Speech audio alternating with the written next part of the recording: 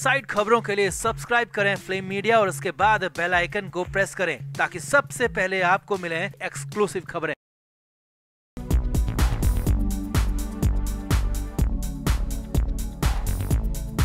तो उद्धव ठाकरे के भाई और एमएनएस प्रमुख राज ठाकरे पर गंभीर आरोप लगा है। राज ठाकरे पर किसी की जान लेने की धमकी देने का आरोप लगा है, जिसके बाद पीड़ित सुनील शुक्ला सुप्रीम कोर्ट पहुंचे हैं और वहां पर राज ठाकरे के खिलाफ याचिका दर्ज कराई है और कहा है कि एमएनएस कभी भी मुझे जान से मार सकती है। तो क्या है पूरा मामला, आपको भी दिखाते हैं। राज ठाकरे पर किसने लगाया ये गंभीर आरोप, क्यों लगाया गया है संगीन आरोप, आपको सब कुछ दिखाते हैं। आप भी वीडियो को शेयर करें और इस आरोप में कितना दम है अपनी राय कमेंट बॉक्स में जरूर दें।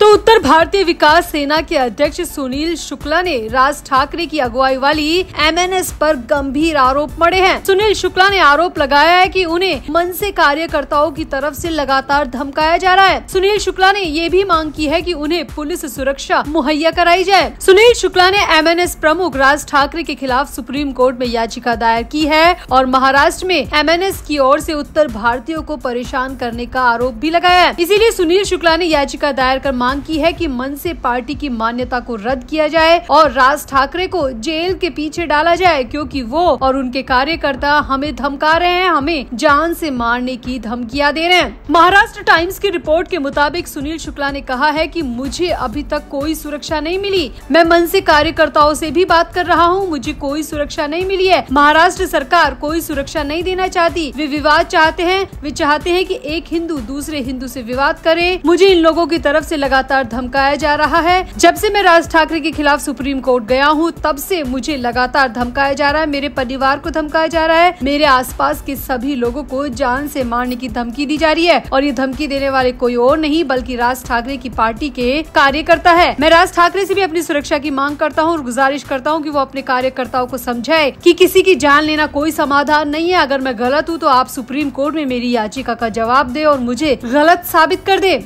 यहाँ आपको बता दें, सुनील शुक्ला का आरोप है कि राज ठाकरे पार्टी के संदीप देशपांडे उन पर बहुत ज्यादा आक्रामक हैं। जब से याचिका दर्ज की गई है तब से मनसे नेता संदीप देशपांडे लगातार हावी हो रहे हैं। संदीप देशपांडे ने कहा कि क्या यूपी बिहार के लोगों को महाराष्ट्र में रहने दिया जाना चाहिए, हमें इस बारे में सोचना होगा। सुनील शुक्ला ने उन्हें जवाब दिया और सुनील शुक्ला ने कहा कि संदीप देशपांडे को अपने बयान के लिए माफी मांगनी चाहिए, क्योंकि महाराष्ट्र में कोई भी आकर रह सकता है। ऐसा कोई प्रावधान नहीं है कि यूपी बिहार के लोग यहाँ न रह पाए। सुनील शुक्ला ने आगे कहा कि राज ठाकरे, मुझे लगता है कि आप हिंदुओं को मारने का आदेश दे रहे हैं। राज ठाकरे न केवल उत्तर भारतीयों के खिलाफ है बल्कि मराठी लोगों के भी खिलाफ है। इसीलिए मैंने आपके खिलाफ सुप्रीम कोर्ट में याचिका दायर की है। आप संविधान का उल्लंघन नहीं कर सकते, आप हिंदुओं को यूं बेरहमी से नहीं मार सकते। हम आपका विरोध करते हैं, हम आपकी निंदा करते हैं और निश्चित रूप से सुप्रीम कोर्ट में आपके खिलाफ आदेश लाएंगे। सुनील शुक्ला ने यहाँ पर यह भी कहा कि राज ठाकरे हमें डरा कर धमका कर हमारा मुंह बंद नहीं करा सकते। जो सच है वो सबके सामने आएगा। अगर हम झूठ बोल रहे हैं तो आप सुप्रीम कोर्ट में हमें गलत साबित करें। इस तरीके से मुझे और मेरे परिवार को और मेरे आसपास के लोगों को जान से मारने की धमकी देकर, मेरे घर में घुसकर हमें डरा कर धमका कर आपको कुछ भी नहीं मिलेगा। वहीं सुनील शुक्ला ने अपने और अपने परिवार की सुरक्षा की मांग भी पुलिस से की है, सुप्रीम कोर्ट से की है। तो आपका इस पूरी खबर पर क्या कहना है? क्या ये मामला सिर्फ यूपी बिहार वर्सेस महाराष्ट्र का है या फिर राज ठाकरे की पार्टी के लोग वाकई में सुनील शुक्ला को और उनके परिवार को परेशान कर रहे हैं? आप भी अपनी राय कमेंट बॉक्स में जरूर दें और वीडियो को भी शेयर करें।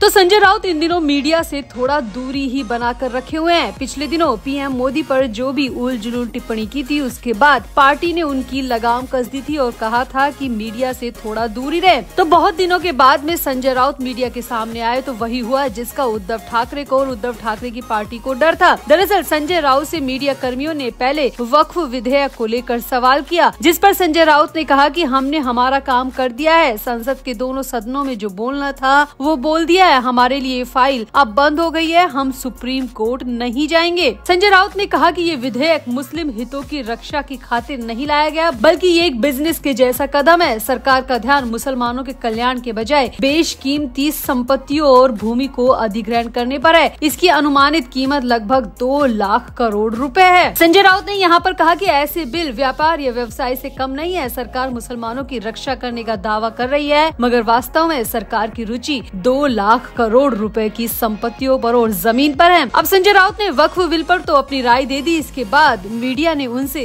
दिशा सालियान केस पर भी सवाल दाग दिया। अब संजय राउत सवाल सुनकर हड़बड़ा गए, क्योंकि उन्हें बिल्कुल भी अंदाजा नहीं था कि दिशा सालियान केस पर उनसे कुछ भी पूछा जाएगा। लेकिन मीडिया कर्मियों ने तुरंत वक्फ विधेयक के सवाल के बाद में दिशा सालियान का सवाल दाग दिया और संजय राउत ने जो बयान दिया उसके बाद तो ठाकरे एंड कंपनी में खलबली मची हुई है। दरअसल जैसे ही मीडिया कर्मियों ने पूछा कि दिशा सालियान केस रीओपन हो चुका है और उसमें आदित्य ठाकरे का नाम पहली बार साफ साफ लिया जा रहा है, तो इस पर आपका क्या कहना है? अब पहले तो संजय राउत ने कहा कि ये सब कुछ पिछले 5 साल से चलता आ रहा है, हम सुन कर थक चुके हैं, लेकिन अभी तक कोई भी कुछ भी साबित नहीं कर पाया। तो इसके बाद मीडिया कर्मियों ने कहा कि इस बार दिशा सालियान के पिता खुद केस को रीओपन कराने के लिए बॉम्बे हाई कोर्ट पहुंचे हैं और उनके वकील ने बहुत सारे सबूतों की बात भी कही है और समीर वानखेड़े भी अब सबूत देने के लिए सामने आने को तैयार है। तो इस पर संजय राउत ने कहा कि हाँ, सच तो बाहर आना ही चाहिए। 5 साल पहले क्या हुआ वो सब कुछ जानने का हक सभी को है, सच बाहर आना चाहिए। आदित्य ठाकरे पर बोलते हुए संजय राउत ने कहा कि अगर गलत किया है तो उसे सजा मिलनी चाहिए। यानी कि यहाँ पर संजय राउत ने साफ साफ कह दिया कि अगर आदित्य ठाकरे ने कुछ भी गलत किया है तो उन्हें सजा मिलनी चाहिए। यहाँ पर संजय राउत आदित्य ठाकरे के बचाव के मूड में बिल्कुल भी नहीं थे, बल्कि आदित्य ठाकरे को सजा दिलाने की बात कहते हुए नजर आए। अब संजय राउत ने किस मकसद से ये बात कही, ये थोड़ा समझ से परे है, क्योंकि संजय राउत ने मीडिया के सामने दिशा सालियान केस को लेकर कहा कि सच बाहर आना चाहिए और अगर आदित्य ने गलत किया है तो सजा मिलनी चाहिए। यहाँ पर राउत ने एक बार भी नहीं कहा कि आदित्य ठाकरे ने कुछ नहीं किया। आदित्य ठाकरे का नाम लेना निराधार है। यहाँ पर संजय राउत की बचाव की लैंग्वेज बिल्कुल भी नजर नहीं आई और संजय राउत सीधे तौर पर यही कहते दिखे कि गलत किया है तो सजा मिलनी चाहिए। अब संजय राउत ने ये बयान तो दे दिया, लेकिन सामने आया है कि इस बयान के बाद में उद्धव ठाकरे बुरी तरह नाराज है और उद्धव ठाकरे की पार्टी में संजय राउत को लेकर विरोधी स्वर भी नजर आ रहे हैं, क्योंकि कहा जा रहा है कि अगर पार्टी के नेता इस तरीके का बयान देंगे तो फिर दूसरी पार्टियों के नेता आरोप लगाने से क्यों बचेंगे। दूसरी पार्टियों के नेता तो खुलकर आरोप लगाएंगे ही। सामने आ रहा है कि उद्धव ठाकरे संजय राउत के इस बयान से बेहद खफा है और उनका कहना है कि मीडिया के सामने संजय राउत को आदित्य ठाकरे का बचाव करना चाहिए था और कहना चाहिए था कि आदित्य ठाकरे ने कुछ भी नहीं किया है। 5 साल से उनका नाम जबरन घसीटा जा रहा है और अब फिर से आदित्य ठाकरे का नाम सिर्फ गलत तरीके से घसीटा जा रहा है, जो कि गलत है। लेकिन संजय राउत ने यहाँ पर आदित्य ठाकरे को लेकर ये कहा कि गलत किया है तो सजा मिलनी चाहिए और इसी को लेकर अब उद्धव ठाकरे और उनकी पार्टी में विरोधी स्वर नजर आ रहे हैं और संजय राउत के खिलाफ विरोध की आवाज भी सामने आने लगी है। तो आपका क्या कहना है दिशा सालियान केस पर राउत की इस टिप्पणी के बाद में उद्धव ठाकरे क्या बड़ा फैसला लेंगे? क्या उद्धव ठाकरे संजय राउत पर मीडिया के लिए पूरी तरह लगाम लगा देंगे? क्या बैन लगा देंगे? क्या वाकई में अब फिर से राउत मीडिया के सामने नजर नहीं आएंगे? आपका क्या कहना है? आप भी अपनी राय कमेंट बॉक्स में जरूर दें और वीडियो को भी शेयर करें।